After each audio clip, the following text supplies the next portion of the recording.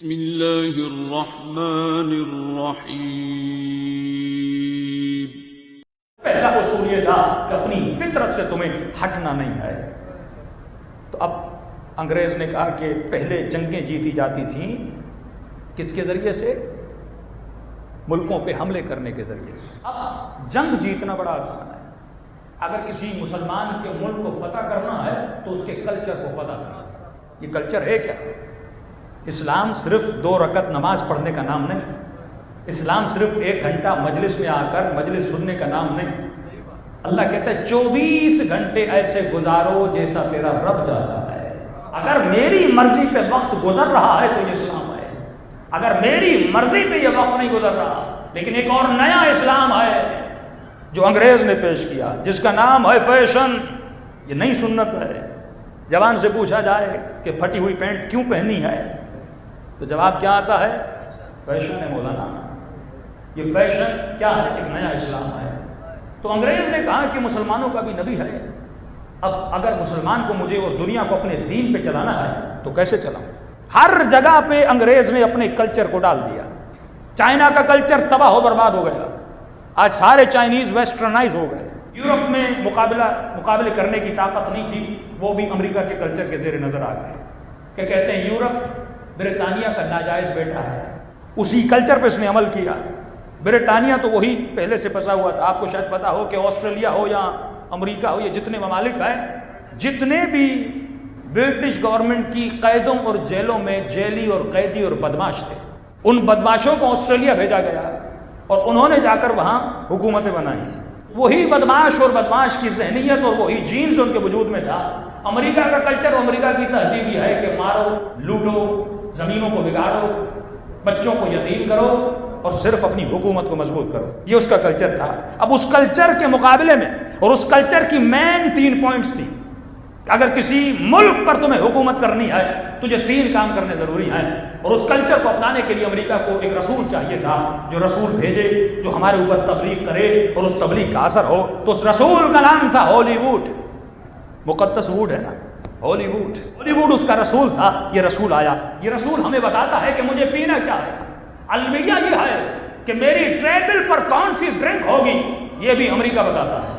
اطمئنان ہے ہمارے وجود کے اندر، میری ٹیبل پر پیپسی ہوگی یا 7 اپ ہوگی یا مرنڈا ہوگی، جو بھی ہوگی، یہ بتاتا کون ہے؟ یہ رسول ہے، جو ٹی وی ہے، جو سنیما ہے، جو مجھے سکھاتا ہے۔ اچھا کون سا لباس پہنے گا، کون سی پینٹ پہنے گا، کون سے فیشن میں چلے گا، اس سال یہ فیشن، اگلے سال وہ فیشن، یہ کون بتاتا ہے؟ یہ تجھے رسول عربی نہیں بتاتے، یہ تجھے امریکہ کا رسول بتاتا ہے کہ تجھے کون سے فیشن پہ عمل کرنا ہے۔ امریکہ کے کلچر یہ تھا کہ مجھے بے حیائی پھیلانی ہے، اور اس کلچر کے مقابلے اس کی بیسس 3 تھی۔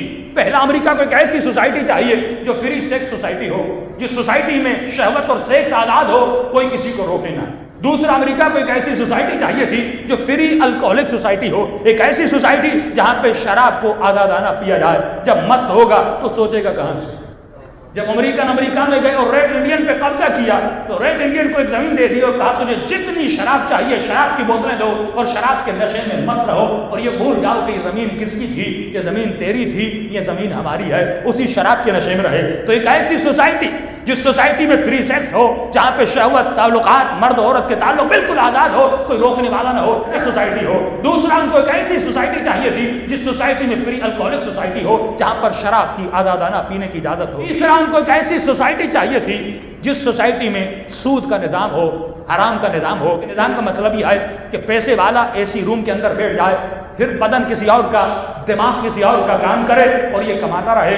بینک سے بیچارہ لون اٹھاتا ہے، اب اس کے لیے کوئی گارنٹی نہیں ہے کہ یہ لون سے کارخانہ کھولتا ہے، اگر یہ کارخانے میں وہ شکست بھی ہو گیا، اسے نقصان بھی ہو گیا، اسے بینک کو پیسے بھر کے دینے ہیں، لیکن سرمایہ دار گھر میں سکون کے ساتھ بیٹھا ہوا ہے۔ 3 اس کے نشانات تھے۔ اگر دنیا پہ حکومت کرنی ہے تو تمہیں فری سیکس سوسائٹی کو بنانا ہے، اگر دنیا میں حکومت کرنی ہے فری الکوہلک سوسائٹی بنانی ہے، اور اگر دنیا میں حکومت کرنی ہے تمہیں سود کا فری نظام وہاں پہ بنانا ہے۔ اب تینوں نظاموں کے سامنے اگر کوئی دین کھڑا تھا تو وہ دین اسلام تھا۔ چائنا کھڑا نہ ہو سکا کیونکہ اس کے پاس دین و شریعت نہیں تھا.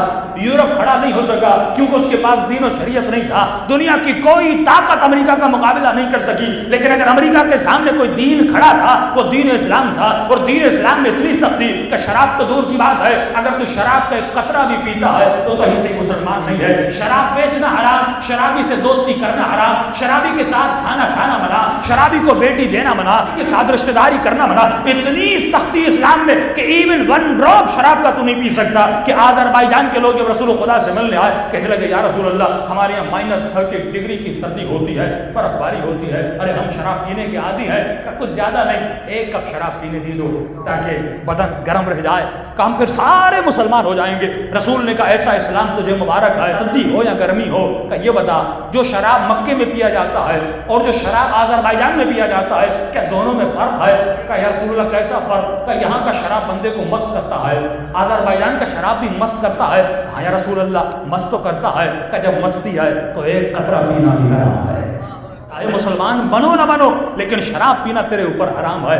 تو اب امریکہ نے دیکھا ایک ایسا دین ہے جس میں ایون 1 ڈراپ شراب کا پینا حرام ہے. اور دوسرا اس نے کہا فری سیکس سوسائٹی چاہیے, اور اسلام نے کہا شادی کرو میں شادی سے نہیں روکتا, تعلق بناؤ میں تعلق سے نہیں روکتا, مزے کرو میں مزوں سے نہیں روکتا, گھومو میں گھومنے سے نہیں روکتا, حسن کو دیکھو میں حسن کو دیکھنے سے نہیں روکتا, لیکن دیکھنا اسے جسے میں نے اجازت دی ہے, اس سے بنانا جس سے میں نے اجازت دی ہے. اب وہ کرے تو کیا کرے, کیونکہ اس کا نظام چلتا ہی عورت پہ تھا. عورت کو برہنہ کرے تو اس کی چیزیں بکتی تھیں. ایون ایک چھوٹا سا بلٹ لینا چاہتے ہو اس پر بھی عورت کا فوٹو ہے, جوس لینے جاتے ہو اس کا بھی عورت پہ فوٹو ہے. اس کی مارکیٹ تو چلتی ہی عورت کی برہنگی سے ہے. ہم نے اس کا دروازہ بھی بند کر دیا. تیسرا اس کا نظام چلتا تھا سود پہ. اسلام نے کہا لینے والا بھی گنہگار ہے, دینے والا بھی گنہگار ہے. اب وہ چلے تو کیسے چلے؟ تو امریکہ نے اور دجالی طاقتوں نے سب سے بڑا دشمن جو خود کو سمجھا اور سب سے بڑا مذہب جو اس کو دشمن لگا وہ اسلام تھا. کہ میں ہر کسی کے گھر کے اندر تو گھس سکتا ہوں لیکن اسلام کی دیواریں اتنی مضبوط ہیں, مصطفیٰ نے اس دیواروں کو اتنا مضبوط کیا ہے اور حسین نے اپنے خون سے اس دیواروں کو اتنا رنگ دیا ہے, اب میں داخل ہو میں چاہوں اس اسلام میں داخل ہو نہیں سکتا. کیا کروں کہ مسلمانوں کی ذہنیت کو بدلو. اب اسے کون سا اسلام چاہیے, کس اسلام سے خطرہ ہے اور کون سا اسلام پسند ہے؟ اس کو تمہاری مسجدوں سے خطرہ نہیں. وہ کہے گا انجینئر میں بھیجوں گا, تجھے مسجد بنا کے دوں گا. ہاں سعودی عرب میں اتنی بڑی بلڈنگ بنی, انجینئر کس نے بھیجے تھے؟ امریکہ اور انگلینڈ نے بھیجے تھے. وہ تجھے مسجدیں بنا کے دے گا, وہ تجھے بلڈنگیں بنا کر دے گا, جو کہو گے امریکہ تجھے کر کے دے گا. لیکن وہ کہے گا تہذیب وہ ہو جو میں پسند کرتا ہوں, سوچ وہ ہو جو میں پسند کرتا ہوں, یہاں تک کہ تمہارا بچہ کپڑے پہنے, کھانا کھائے. میں نے کسی سے کہا تھا کہ میں نے مثال دی تھی, میں نے کہا کیک کھانا حرام نہیں ہے, کھاؤ. لیکن میں نے کہا کہ میرے سوال کا جواب دو, اس دور میں کسی برتھ ڈے کا تصور وداؤٹ کیک کر سکتے ہو؟ بچے کا برتھ ڈے مناؤ, بریانی رکھو, کڑھائی رکھو, اپنے سنتی اور کلچرل کھانے رکھو, لیکن اس ٹیبل آف برتھ ڈے پر برتھ ڈے کیک نہ ہو. بچہ کہے گا میرا برتھ ڈے ہوا نہیں. یہ برتھ ڈے کیک کہاں سے آیا؟ یہ کس کا کلچر تھا؟ یہ ویسٹرن کلچر تھا. آج ہم ویسٹرنائز اتنے ہو چکے کہ میرا برتھ ڈے تو دور بات ہے, میرے کسی امام کی ولادت کا اگر جشن بھی منایا جاتا ہے تو اس میں بھی ویسٹرن کلچر کا ہونا ضروری ہے. جب تک 13 رجب کے جشن میں کیک نہ کٹے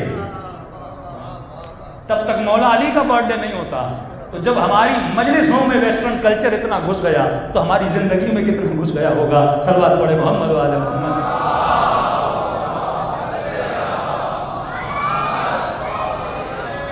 ہم غلام علی نہیں ہیں, ہم ویسٹرن کلچر کے غلام ہیں.